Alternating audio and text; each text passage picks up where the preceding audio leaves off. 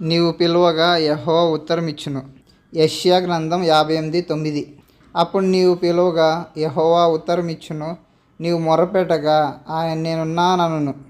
ఇశ్రాయేలు యథార్థముగా ప్రార్థన చేస్తే దేవుడు వారి ప్రార్థనలు అంగీకరించునని, జవాబులిచ్చునని యెషయా ప్రవక్త తెలియజేస్తూ ఈ మాటలు చెప్పబడెను. నీవు పిలవగా దేవుడు నీకిచ్చు ఉత్తరమేమనగా, దేవుడు నీకు క్షేమకరమైన ఉత్తరమిచ్చును. ఆదికాండం 41:16. యోసేపు నా వలన కాదు, దేవుడు ఫరోకు క్షేమకరమైన ఉత్తరమిచ్చునని ఫరోతో చెప్పాను. ఆదికాండం 37:14. అప్పుడు నీవు వెళ్ళి నీ సహోదరుల క్షేమమును మందక్షేమమును తెలుసుకొని నాకు వర్తమానము తెలుపమని అతనితో చెప్పి హెబ్రోను లోయలో నుండి అతన్ని పంపివేశాను. దానియేలు 4:2. మహోన్నతుడగు దేవుడు తన ఎడల చేసిన అద్భుతములను సూచక్రియలను మీకు తెలియజేయుటకు నాకు మనస్సు కలిగెను. లూకాసు వార్త 19:42. నీవును ఈ దినమందైనను సమాధాన సంబంధమైన సంగతులను తెలుసుకున్న ఎడల నీకెంతో మేలు, గాని ఇప్పుడు అవి నీ కన్నులకు మరుగు చేయబడి ఉన్నవి. అపోస్తుల కార్యములు 3:7. వాని కుడి చేయి పట్టుకొని లేవనెత్తెను, వెంటనే వాని పాదములు చీలమండలమును బలము పొందెను. అపోస్తుల కార్యములు 14:15. అపోస్తులైన బర్నబాయు పౌలును ఈ సంగతి విని తమ వస్త్రములు చించుకొని సమూహములోనికి చొరబడి, అయ్యలారా, మీరెందుకు ఇలాగు చేయుచున్నారు? మేము కూడా మీ స్వభావము వంటి స్వభావము గల నరులమే.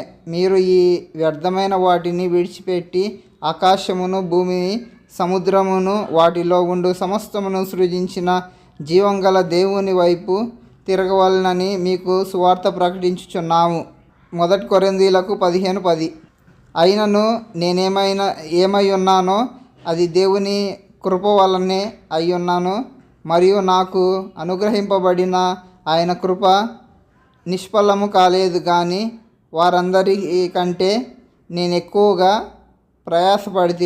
ప్రయాసపడితిని నేను కాను, నాకు తోడై ఉన్న దేవుని కృపయే. అపోస్తుల కార్యములు 3:12. పేతురు దీన్ని చూచి ప్రజలతో ఇట్లనెను, ఇశ్రాయేలులారా, వీని విషయమై ఎందుకు ఆశ్చర్యపడుచున్నారు? మీ సొంత శక్తి చేతనైనను భక్తి చేతనైనను నడవను వీనికి బలమిచ్చినట్టుగా మీరెందుకు మా తట్టు తేరి చూచుచున్నారు? 2 కొరింథీయులకు 3:5. మా వలన ఏదైనా అయినట్లుగా ఆలోచించుటకు మా అంతట మేమే సమర్థులమని కాదు, మా సామర్థ్యము దేవుని వలనే కలిగి ఉన్నది. దేవుడు నీకు ఆదరణకరమైన ఉత్తరమిచ్చును. జకర్యా 1:13. యెహోవా నాతో మాట్లాడిన దూతకు ఆదరణ అయిన మధుర వచనములతో ఉత్తరమిచ్చును. ఇర్మియా 29:10.